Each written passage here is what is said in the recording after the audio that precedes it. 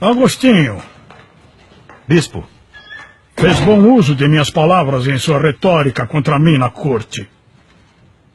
Foram úteis para conhecê-lo e a Platão melhor. Bom, mas saiba que Platão nos dá tudo, menos o essencial. E que a verdade não é uma ideia, um conceito ou um estado da mente, mas está manifesto em uma pessoa divina. Estamos aqui em nome do imperador Valentiniano. Muito bem. E eu estou aqui em nome de Jesus Cristo, Filho de Deus. O imperador ordena que entregue essa basílica à comunidade ariana. Ordena? Ordena. Em nome de qual autoridade? Da autoridade dada a ele. E por quem? Por Deus. Mentirosos! Como ousa? Como você ousa nomear Deus como sua autoridade? Você nem acredita nele! Não acredita em nada! E você é pior invocando o retorno de demônios pagãos. Cães encolerados é o que são. Andam por aí latindo suas mentiras. Calem-se agora! E olhem dentro de vocês. Para o que serve a verdade de fato? Só a verdade os tornará homens. Homens livres. Somos forçados a relatar sua conduta ao imperador. Diga a eles que, se quiserem se livrar de mim, terão de atacar a mim, e não a meu povo. Vamos. Agostinho, lembre-se do que eu disse. O homem não encontra a verdade, mas a verdade é que encontra o homem. Porque a verdade é a pessoa. É Jesus Cristo, o Filho de Deus.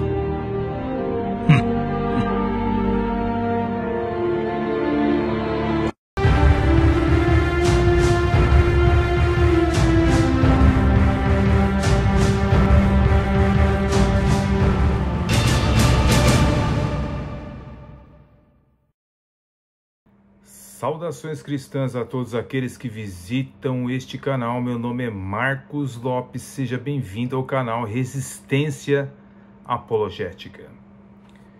Bem, no dia de hoje iremos ler um texto das Escrituras Sagradas que se encontra em Mateus capítulo 11, versículo 37. Disse Jesus: porque por tuas palavras serás justificado, e por tuas palavras serás condenado. Bem, nós vemos aqui uma advertência de Jesus para termos cuidado com as nossas palavras, porque com essas palavras que usamos, que saem da nossa boca, seremos justificados ou condenados. Bem, isso implica em dizer que há um perigo enorme quando nós fazemos vídeos como este e também os opositores intelectuais que existem pela internet. Existe uma grande responsabilidade de falar sempre a verdade, né? Bem, nesse vídeo que tem por título Santo Agostinho, segundo João Flávio Martinez e Natan Rufino, nós vamos analisar um pouco sobre o que eles têm dito sobre aquele que Deus amou, que foi o seu servo, Santo Agostinho, conhecido pela Igreja Católica como Santo Agostinho. Mas, na verdade, era um irmão em Cristo nosso, num tempo onde não existia ainda igreja protestante, igreja evangélica. Então, existia somente a Igreja Católica e as suas dissidências, né? Mas Agostinho estava lá, lutando como um grande apologista pela fé reformada. Todavia, nós observamos que a própria Igreja Católica, ela não apoia a soteriologia agostiniana, certo? E nós vamos ver aqui um vídeo onde é apresentado essa questão, tá? Um líder católico, ele expõe o porquê que eles não seguem mais a doutrina soterológica agostiniana. Veja aí.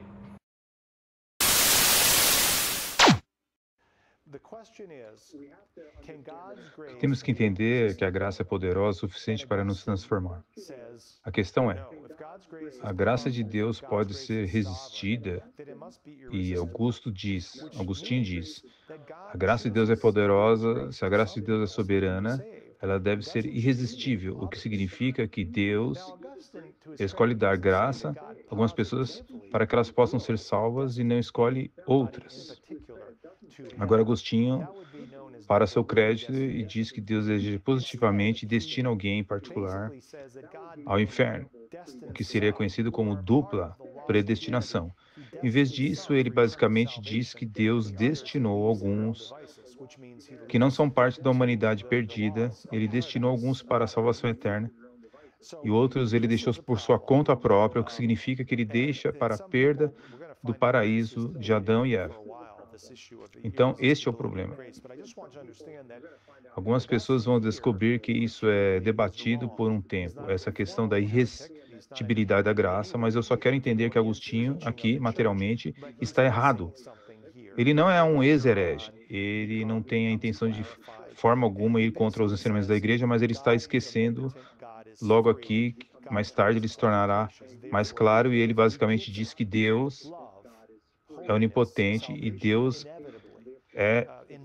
a graça de Deus é livre, eficaz, portanto, ele dá amor, santidade, salvação, inevitavelmente, infalivelmente, fluirá desse chamado de Deus está a predestinação de Deus nesta graça de Deus. Então a Igreja Católica não segue Agostinho aqui. Se você se lembra do que eu disse antes, virtualmente todos os pais, como eles apenas transmitir a tradição católica, mas para explicá-la, quase todos eles cometeram um ou dois erros. Gregório de Nanciano o que muitos dizem, talvez o único que não cometeu nenhum erro. Mas muitas pessoas já fez erros. Grande momento, embora se fosse totalmente um homem da igreja, estivesse totalmente submisso aos ensinamentos da igreja, e nunca, jamais desejaria ter feito algo que pudesse afastar as pessoas da verdade de Deus e do seio do abraço do Espírito Santo. A Igreja Mãe não. Acredita sim que Agostinho errou nesse ponto.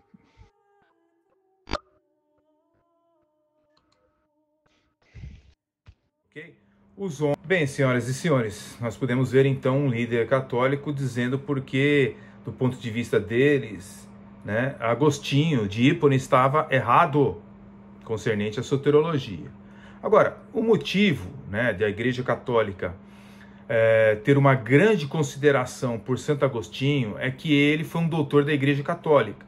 Ele deixou um grande legado escriturístico para a Igreja Romana.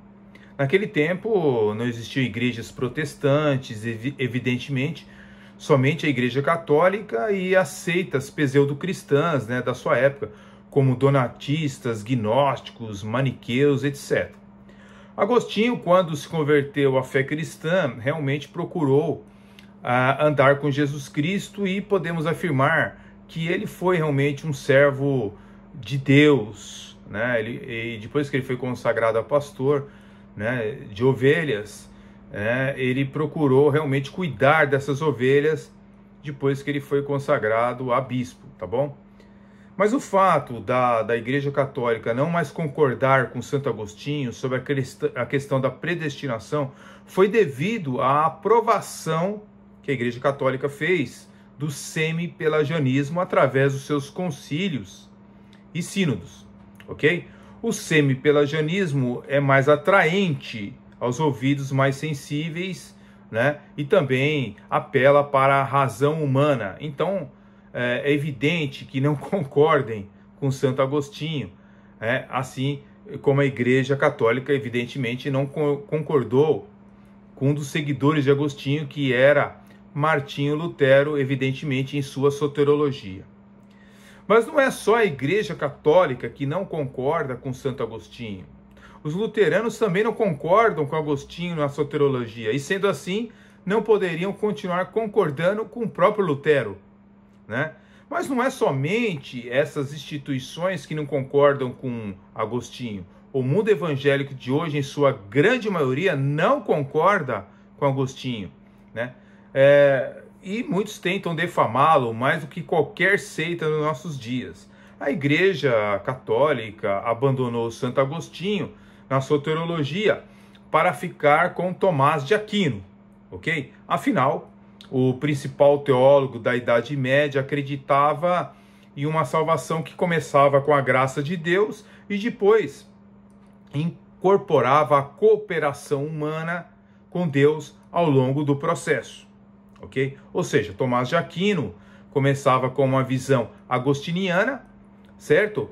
E terminava com João Cassiano, né? Ou seja, uma vertente semi-pelagianismo, certo? O Concílio de Trento seguiu o mesmo caminho, que foi uma contra-reforma protestante. Reafirmou o semi-pelagianismo a ponto de colocar os livros de Tomás de Aquino ao lado da Bíblia e não mais os livros de Santo Agostinho.